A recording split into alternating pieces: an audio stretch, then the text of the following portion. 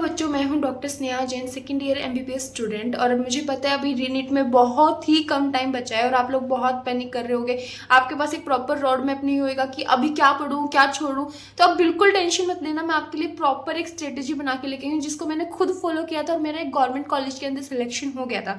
अब इतना कम टाइम है, आपको एक बार स्पीड में सब कुछ रिविजन करना है। अभी भी 650 प्लस मार्क्स आपके पॉसिबल है। सिर्फ 5 दिन की आपके लिए एक स्ट्रेटेजी लेके आई हूँ। मेरी बातें ध्यान से सुनना, आपको एक प्रॉपर रोड मैप मिल जाएगा कि आपको कैसे परस्यू करना है, अपने इन 5 दिन को कैसे मैक्सिमम यूटिलाइज करना है जिससे आपका सिलेक्शन हो जाए। क्योंकि अगर अभी मेहनत कर लोगे और आपको एक गवर्नमेंट सीट मिल जाएगी ना, तो आप बहुत बहुत ही ब्लेस्ड फील करोगे। तो अभी आपको बिल्कुल भी आलस नहीं करना है। सबसे पहले मैं आपके लिए फिजिक्स का, केमिस्ट्री का और बायो का, तीनों का रोड मैप लेके आई हूँ।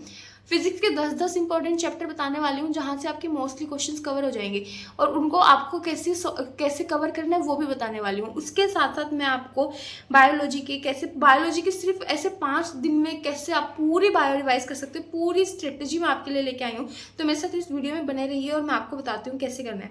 सबसे पहले हम बात करते हैं फिजिक्स के ऊपर। फिजिक्स के अंदर सबसे पहले जो आपको करना है वो आपको करना है मॉडर्न फिजिक्स। ठीक है, मॉडर्न फिजिक्स आप कर लोगे, इससे आपके मोस्टली क्वेश्चन कवर हो जाएंगे। एक एक पेज के ऊपर इसके सारे फॉर्मूलाज लिख लो बच्चों और उन्हीं को रिवाइज करो।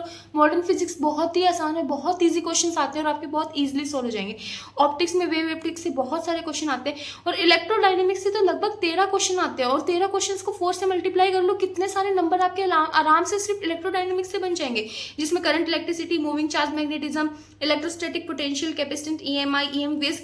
इतने मुश्किल चैप्टर नहीं है बच्चों। सब आपको फिजिक्स में क्या करना है, सबकी एक एक फॉर्मूला शीट बनानी है, उसके ऊपर आपको सिर्फ पीवाईक्यू प्रैक्टिस करना है। ठीक है, अगर आप ऐसा करोगे ना तो फिजिक्स बहुत आराम से हो जाएगी।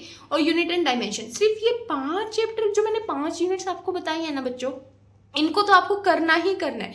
और एक बात हमेशा ध्यान रखना कि क्लास 12th की जो फिजिक्स है ना वो ज़्यादा इंपॉर्टेंट है एज कम्पेयर टू जो क्लास 11th की अपने फिजिक्स है, क्योंकि क्लास 12th का वेटेज ज़्यादा है। ठीक है, तो क्लास 11th का अगर कोई चैप्टर बचे हुए नहीं आते तो 11th में अच्छे से प्रिपरेशन नहीं की तो अभी छोड़ दो, उसको मत करो। अभी 12th की फिजिक्स के ऊपर ज़्यादा ध्यान दो। अब हम बात करें केमिस्ट्री।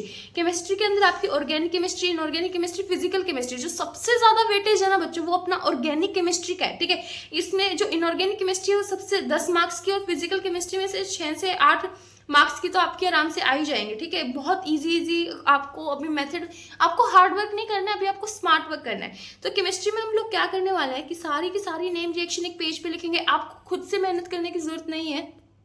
केमिस्ट्री के अंदर हमें सारी की सारी जितनी भी नेम रिएक्शन है एक पेज से आपको उठा लेनी है। पेज भी अपना खुद से मत बनाओ, ऑलरेडी किसी टीचर्स की गिवन है, आप उनकी उठाओ और उसी से प्रैक्टिस करो। उसको सिर्फ याद करना है आपको। सारे के सारे रिएजेंट्स एक जगह लिख लो। सबके जो प्रैक्टिकल केमिस्ट्री है ना वो सेम आपको फिजिक्स की तरह इसकी अप्रोच लिखनी है। इन सब की एक फॉर्मूला शीट बनाओ, एक एक पेज का फॉर्मूला शीट बनाओ। इसमें भी मैं आपको मोस्ट इंपॉर्टेंट चैप्टर्स बता देती हूँ जिनका आप टिक मार्क बना के रखो कि आपको ये एक दिन में 2 चैप्टर आपको रिवाइज करने हैं। ठीक है, अब वो चैप्टर कौन से हैं जिनमें सबसे ज़्यादा क्वेश्चन आते हैं। सॉल्यूशन, इलेक्ट्रोकेमिस्ट्री से 3 से 4 क्वेश्चन आते हैं बच्चों, ये तो बिल्कुल स्टार मार्क चैप्टर है आपका। कोऑर्डिनेशन, कंपाउंड से भी 3 से 4 क्वेश्चन आते हैं। D and F block, alcohol, phenol, ether, acid, chemical bonding, periodicity, chemical kinetics, hydrocarbon, thermodynamics, structure of atom. ये आपके बच्चों वो चैप्टर है जो आपको अभी बिल्कुल अच्छे से करने हैं, क्योंकि ये चैप्टर अगर आप कर लोगे ना उसके बाद आपको खुद के अंदर कॉन्फिडेंस आ जाएगा कि हाँ हम केमिस्ट्री के क्वेश्चंस अटेम्प्ट कर सकते हैं। उसके बाद हम बायोलॉजी को 5 दिन में एकदम खत्म करने वाले हैं। जो हम पहले दिन क्या करेंगे, यूनिट 1 और 2 अपन पहले दिन कर लेंगे, यूनिट 3 और 4 अपन दूसरे दिन करने वाले हैं 11th क्लास की। ठीक है, उसके बाद ह्यूमन फिजियोलॉजी को अपन ने एक दिन में पूरा अच्छे से रिवाइज करना है, क्योंकि ह्यूमन फिजियोलॉजी से ज़्यादा क्वेश्चन आते हैं। और 12th क्लास की तो वैसे ही स्टार्टिंग के 4 चैप्टर तो रिप्रोडक्शन के ऊपर ही है। 4 चैप्टर बहुत ईजी है, चारों को एक दिन खींच दो। यूनिट 1 और 4 साथ में कर लो और यूनिट 2, 3, 5 ये अपने को साथ में करनी है। ठीक है, ये सारे के सारे करके आपको 5 दिन में बायोलॉजी का खत्म करना है। अब आप कहोगे कि मैम हम ऐसे इतना कैसे करें, कैसे पढ़े।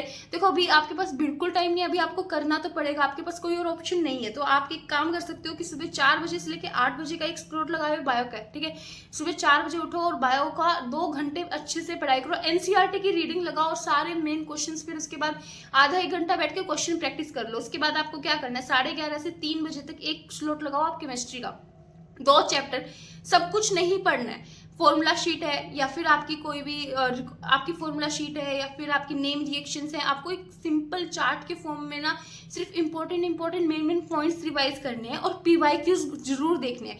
और ऐसे ही फिर 4:30 से लेकर 7-8 बजे तक फिजिक्स का एक सेशन लगा लो। ऐसे करके पूरे दिन में 3 घंटे का ऐसे स्लॉट बनाओ और आपको तीनों सब्जेक्ट्स अच्छे से पूरे प्रिपेयर करने हैं। अगर आपको कोई भी हेल्प चाहिए तो आप हमारे बेस्ट काउंसलर से काउंसलिंग के लिए कॉन्टैक्ट कर सकते हो और उनसे अगर आपको मेरी कोई हेल्प चाहिए तो आप मुझे कमेंट में लिख के दो, मैं आपकी उसकी प्रॉब्लम को सॉल्व करने की पूरी कोशिश करूँगी।